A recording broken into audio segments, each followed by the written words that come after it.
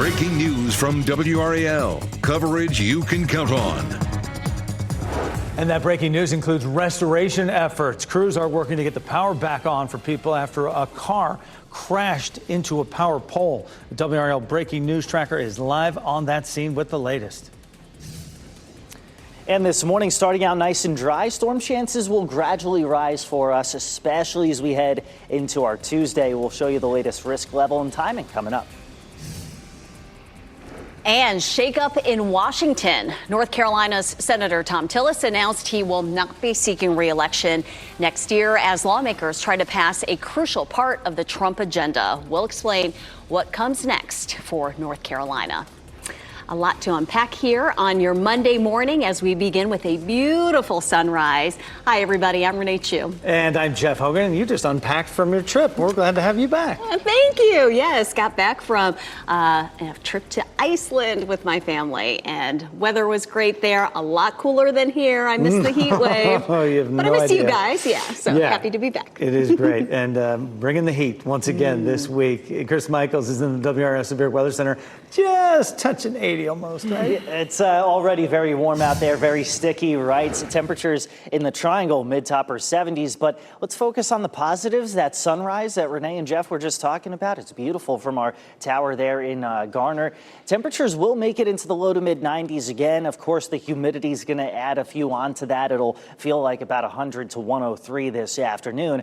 Prior to the development of a few isolated storms, we're going to call it about 30% of the area seeing that anytime after 2 or 3 p.m. By tomorrow, however, we'll start to see an increased chance in those storms, and a couple of those could wind up being on the strong side. Storm Prediction Center has us under what's called a level 1 risk, meaning that any severe storms within the 23 counties we cover would be pretty isolated. We'll show you the latest on Futurecast and where there's a small chance of tropical development coming up. Michelle? All right, thank you, Chris. Michelle McConaughey and for Ken Smith this morning, following your traffic. I keep showing you this video here, this live look, I-40 South Saunders Street, but I can't help it. It's so beautiful. It shows the beautiful sunrise that we have this morning. You can see there are cars on the road, of course, but we are not seeing any delays so far this morning at 6 a.m. on your Monday. No crashes, no slowdowns, all indicated by this map here. You can see a lot of green on the map. All of our major routes looking good. So if you were heading out the door, you're not going to encounter any problems so far this morning. Same story up in Durham. All of our major routes, they are clear as well. If you are heading into the car, ready to go out to work or school, here are some drive times for you. No delays so far this morning. As always, listen to us on the radio, 101.5 HD3. Breaking news, crews are working in Raleigh this morning after a car crash knocked out power overnight. WRAL's Adley Calabar joins us from the WRAL Breaking News Tracker over on Everett Avenue. Allie, I can see the work being done to restore power behind you. Very active scene. Yes, Renee, and within the past 10 minutes, we've actually seen Duke Energy crews start to clean up and Spectrum crews get here. So a good sign for the 46 customers who have been without power for the past 5 hours. Now take a look at this video from the WRAL Breaking News Tracker around 1:30 this morning. It shows a car crashed into a utility pole. You can see it also hit a fence in front of a home. Police say no one got hurt. Nearly 50 Duke Energy customers lost power, and they could be without power for a few more hours. The outage map does say that it is expected to be restored by 7:45, but we did just see them kind of start to wrap up. We also want to add that within the past hour, we've learned from Raleigh police that the driver fled the scene. So we are still working to find out if the driver has been found, as well as what led up to this crash. Reporting in Raleigh, Allie Calabar, WRAL News. And we're getting a live look this morning at the U.S. Capitol, where at 9 o'clock this morning, lawmakers will return to discussing and making movements regarding the One Big Beautiful Bill. That's that bill, that plan that is supposed to meet a lot of President Donald Trump's agenda items here. We're talking about tax cuts there, financing the president's efforts to get tougher on deportation and border security. It cuts green energy projects and, of course, massive cuts to Medicaid and food stamps. And it would basically put some work requirements in place to have those be able to be dispersed to people. But one of the things that's really a sticking point with lawmakers is that Medicaid aspect for it. Even Republican North Carolina Senator Thom Tillis taking very big issue with that over the weekend, Jeff. Chris, thanks for that. And as the Senate tries to advance President Trump's budget plan, we now know that Senator Thom Tillis will not be seeking re-election next year. WRAL's Laura Levine is tracking the implications that could have for our state and the U.S. Senate in Washington. Laura, what can you tell us about the decision from Tillis over the weekend?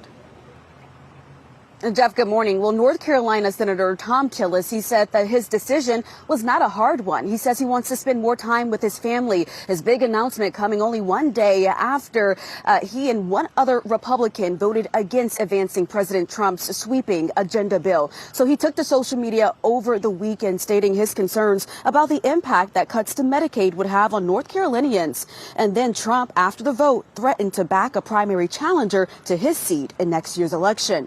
Tillis's Senate seat in North Carolina will be crucial for Republicans to keep next year if they want to maintain their narrow majority in the chamber. As senators debated last night, Tillis once again criticized the bill. Now, Republicans are about to make a mistake on health care and betraying a promise. It is inescapable that this bill in its current form will betray the very promise that Donald J. Trump made in the Oval Office. So President Trump is now calling for the bill to get to his desk by this Friday, July 4th. Meanwhile, political analysts are saying that this shakeup in the North Carolina Senate race just got a bit more interesting. We'll hear more on that coming up at 6:30. Laura Levine, WRAL News, live in Raleigh. And now a number of possible names in both parties are lining up to replace Tillis. They include businessman Andy Nilsen and former congressional candidate Don Brown. Both are Republicans. Former U.S. Representative Wiley Nickel is a Democrat. He announced the launch of his campaign in April. Other potential candidates include former Democratic Governor Roy Cooper, Republican Congressman Pat Harrigan, and Republican National Committee Chairman Michael Whatley. More breaking news we're following. Authorities in Idaho believe they have found the body of the person they say was responsible for shooting and killing 2 firefighters. A shelter-in-place order was lifted last night in Coeur d'Alene, Idaho, after authorities say a man with a gun was found dead on Canfield Mountain. Sunday afternoon, a gunman shot at firefighters while they were responding to a brush fire. 2 of them were killed. Another was taken to the hospital. Law enforcement is calling this an ambush shooting. Now, in a news conference at 12:30 this morning, authorities say they believe there was only one shooter. We believe, based on the information that we've been able to collect, that we believe that there was only one shooter. And we based it on the weapons that we found at the scene, the type of injuries that were incurred by that weapon. Investigators have not yet released the names of the firefighters. Durham police are working to learn more about a shooting that left a man injured. It happened on Wiggins Street shortly before 6:15 yesterday evening. Officers say a man was shot, taken to the hospital, and he is expected to recover. Firefighters in Johnston County are trying to figure out the cause of a fire after 3 people were taken to the hospital. Firefighters were called to a mobile home on Strickland's Crossroads Road in 4 Oaks. This was a little after 11 o'clock Saturday night. They say 2 children were rescued from that burning home. Firefighters say the fire started in the kitchen, but they are still working to figure out exactly how it started. Part of Glenwood Avenue in Raleigh is shutting down for sewer repair. DOT says crews will be working at the intersection of Glenwood and Myrtle Avenues from 9 a.m. to 4 p.m. Traffic will be shifted to the left lane while crews are working. Drivers are encouraged to avoid the area if possible. Water and sewer services is not expected to be interrupted. You'll see more law enforcement patrolling the roads across the state ahead of the July 4th weekend. The North Carolina Governor's Highway Safety Program is launching its Operation Firecracker Booze It and Lose It campaign. There will be increased patrols and checkpoints across the state. The Governor's Highway Safety Program wants to educate people about the dangers of driving impaired. The increased patrols run through July 6th. New gas price data from AAA released after 3 o'clock this morning shows prices remaining mostly steady over the last week.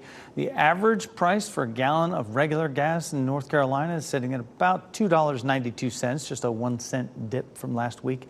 Nationwide average is also remaining mostly steady, $3.18. There's a new survey out that shows the average price across the U.S. has risen over the last couple of weeks, but a price drop could be on the horizon because crude oil prices have continued to fall since the ceasefire was announced between Israel and Iran, and that could mean price cuts on the way for gasoline. Governor Josh Stein is expected to talk about the state of North Carolina's workforce today. The governor will be meeting with the Council on Workforce and Apprenticeships for a news conference on its efforts to increase job access statewide. That news conference is expected to start at 11:30 in Charlotte. Coming up on 10 minutes after 6 on our Monday, a plane crash that killed 6 people in Ohio. What we're learning about the investigation this morning. And a back and forth tax battle. Canada rolling back a new tax service and how the U.S. might have impacted that decision. And a 20% chance this morning of tropical development off the East Coast. Coming up, I'll show you why you shouldn't go canceling weekend plans along the coast heading into the 4th of July. As you get into your car, tune to WRAL News Plus on your radio in Raleigh on 99.3 FM, in Durham 96.5 FM, and everywhere on 101.5 HD3.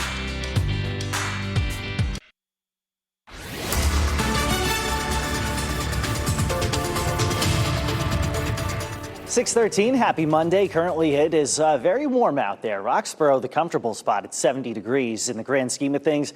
Holly Springs at 74, Garner at 76, Goldsboro and Durham in the upper 70s so far this morning. We were keeping an eye on some of the local golf courses, getting the sprinklers going already this morning. As we get toward midday, it'll be near 90 with highs in the mid-90s. A few isolated showers and thunderstorms a possibility, and this is exactly what we mean by isolated shower or thunderstorm. Thanks to Ashley for really a great shot there in Raleigh where some of her neighbors were getting rain, and I'm willing to bet she wasn't at that point in time. A cold front comes in tomorrow late into Wednesday, produces a better chance of showers and storms. I'll show you the hour-by-hour timing coming up. Michelle? All right, thank you, Chris. Coming up on 6:14 on your Monday morning, taking you outside on the roads, US 70 at Wilmington Street. Couple cars on the road there, not seeing any delays. That's been the story all morning long. I feel like a broken record telling you that there are no delays, but truly there are not. You can see all of our major routes, Raleigh, Garner, Clayton, Wilson's Mills, Wake Forest, all of those routes looking good this morning. Same story up in Durham. All of our major routes up in Durham looking good as well this morning. I do have some drive times for you if you were in the Durham area. Zeros across the board. Remember, you can listen to us on the radio, 101.5 HD3. 6 people are dead after a small plane crashed in Ohio shortly after takeoff.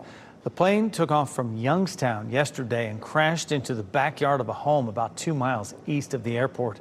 Officials say there were 2 crew members on board as well as 4 passengers. The plane was reportedly headed for Bozeman, Montana. The National Transportation Safety Board is investigating the cause of the crash. No arrests have been made yet after a shooting near a cookout and a car crash near a Waffle House left 3 people hurt. Police say this all happened in Goldsboro on North Berkeley Boulevard early yesterday morning. When officers got there, they found the car rolled over in the woods behind the Waffle House. 1 person was still in the car. 2 others had run away and were in the woods. Police say 20-year-old Jondre Spencer Jr. and 21-year-old Ja'Cory Harper were both taken to the hospital. Police have yet to release the name and condition of the 3rd person. Happening today, town leaders in Garner will complete a merger between the town and Garner Fire Rescue.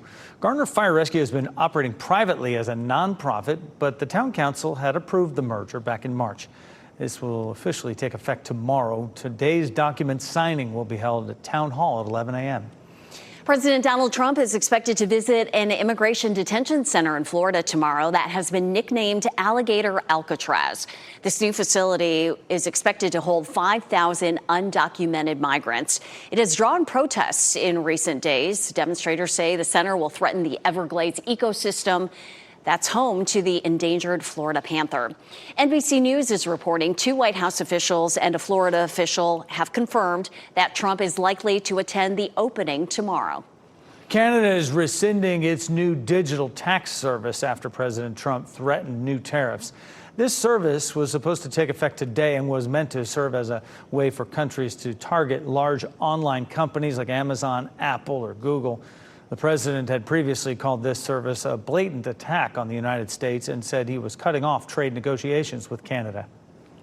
President Donald Trump says TikTok has a buyer, but it appears we will have to wait to find out who. In a Fox News interview, President Trump said he will disclose the buyer in about 2 weeks. He did hint that it was a, quote, group of very wealthy people. He also said he thinks he will have to get approval from China before the deal goes through. It's been about 5 months since that law went into effect, requiring TikTok to be banned in the U.S. unless it was sold off by its China-based parent company.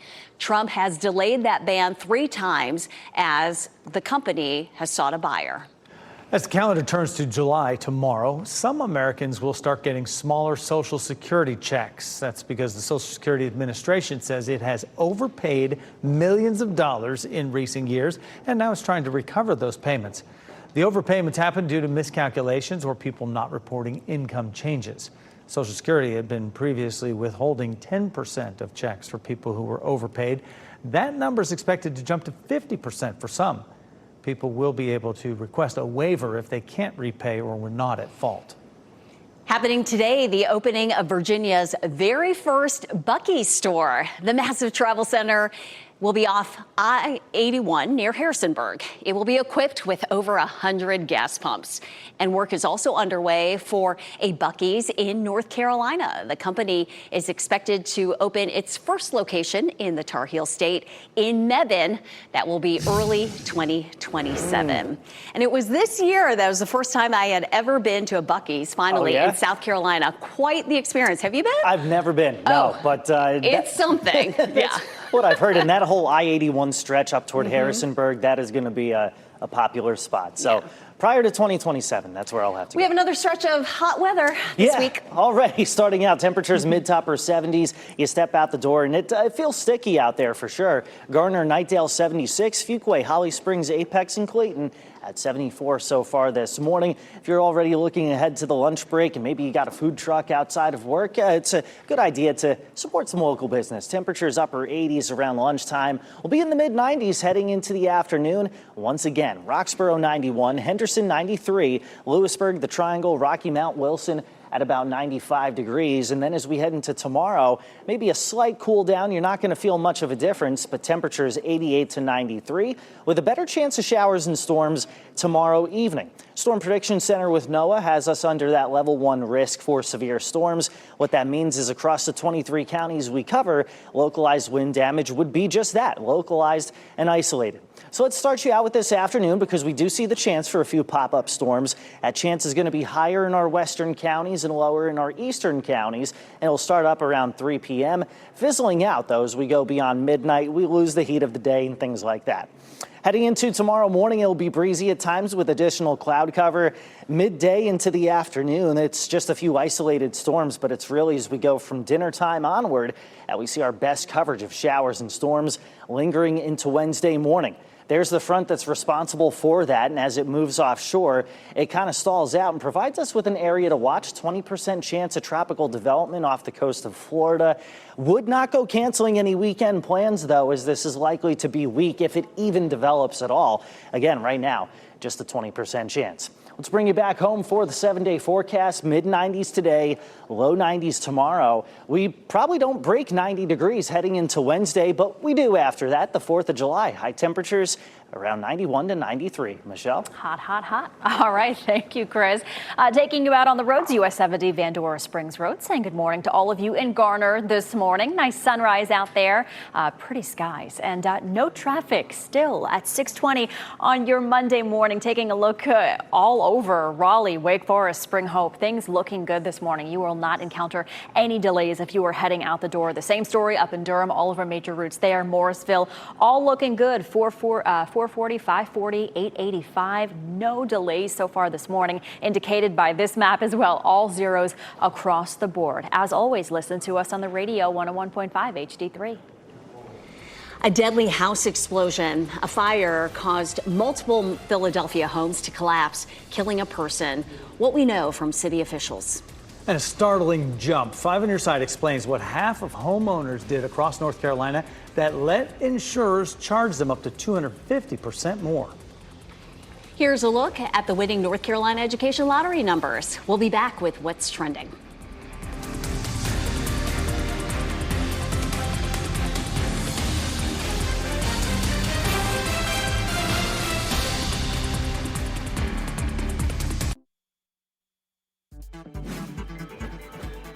This What's Trending report, sponsored by Rug & Home. A surprise moment at a Beyonce concert and a hint about the final installment of an iconic action franchise. Let's take a look at what's trending here on our Monday morning. Quite an unexpected moment for Beyonce at a Houston concert over the weekend. The superstar was suspended in midair on a flying car prop, and it malfunctioned. So there's a problem there. Houston videos on social media appeared to show the car tilting as Beyonce remained strapped to it. She was safely lowered back to the ground, and the concert was able to continue. Yeah, she even had to say stop, for a second, paused in mid-song, which is rare for her to do. But once she got back down on the ground, she continued with the song. But whew, that had to be a little nerve-wracking moment there. I would say. But glad everything's okay. The show went on. Actor Vin Diesel is teasing about a big return for the final installment of the Fast and the Furious franchise. Variety has reported that he's hinted at the return of the late Paul Walker's character. The actor didn't provide much details about what that would entail, but said fans can expect to see the 11th movie in April 2027. 11 of these movies, I've yet to see one. Oh, come on. No, well, I can tell you, my bag. Vin is in 10 of the 11, and he worked with Paul Walker there in 5 of them, so bringing the character back. Dogs rescued from a Raleigh puppy mill last month are finding help across the state. 2 of the dogs, Carmen and Channing, were taken in by Carolina Poodle Rescue. They got to that center with broken legs, and on Friday, both had surgery. They are recovering now at the center and will be ready for adoption in the coming months. Such sweet things. More than 25 Black-owned businesses gathered over the weekend as part of a Juneteenth vendor expo. Food trucks, clothing, and artists welcome visitors at the DoubleTree Hotel on Highwoods Boulevard in Raleigh. Businesses also raise money for organizations helping those experiencing homelessness. Organizers say the expo allows vendors to celebrate culture while also giving back. Small businesses, and we're also connecting and giving back to our homeless, so that's one of our most important things. The expo wrapped up last night. Coming up, power restored. Crews have made a breakthrough in efforts to get the lights back on in a Raleigh neighborhood after a car crashed into a utility pole overnight. We'll tell you what we know about the cleanup. And next steps for NC. Senator Tillis not seeking re-election. We'll discuss the impacts on our state and next year's midterm elections. And this is going to be a popular place to be as we get closer to the 4th of July. A live look at Carr Lake will show you how things are changing up a little bit ahead of the 4th of July weekend and where we see a small chance of tropical development coming up.